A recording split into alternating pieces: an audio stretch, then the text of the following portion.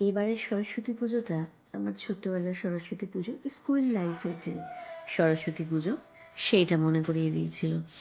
আমাদের সম্পর্ক আর বিয়ে মিলিয়ে প্রায় 15 থেকে 16 বছর। সেদিনটা মনে হচ্ছিল যেন সেই আগের মুহূর্তে ফিরে গেছি। আমি আর শতদ্রু যেভাবে আমরা দেখা করতাম, ঘুরতে যেতাম। ও এবারে ছিল বাড়িতে।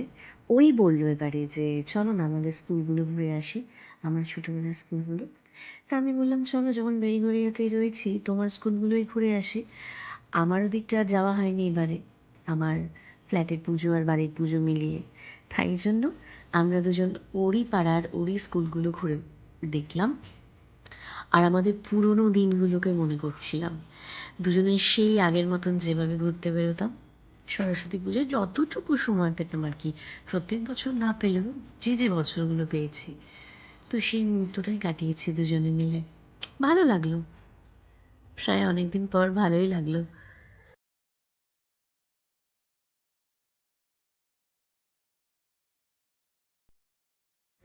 তো এই ছিল আমাদের 2026-এর সরস্বতী পুজোর কাটানোর মুহূর্ত।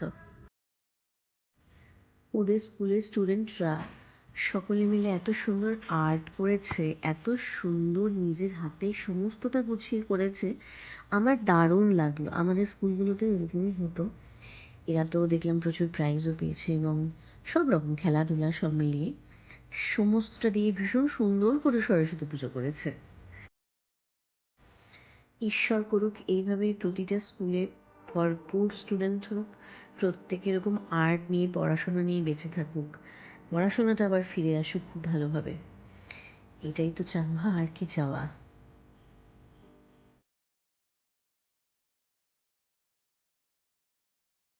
তার মধ্যেও স্কুল লাইফের টিচার ওকে দেখে ভীষণ স্নেহে জড়িয়ে ধরেছিল।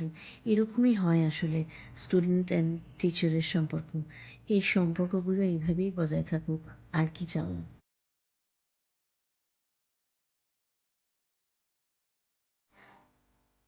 যাই হোক, সকলে ভালো থেকো তোমরা। টাটা।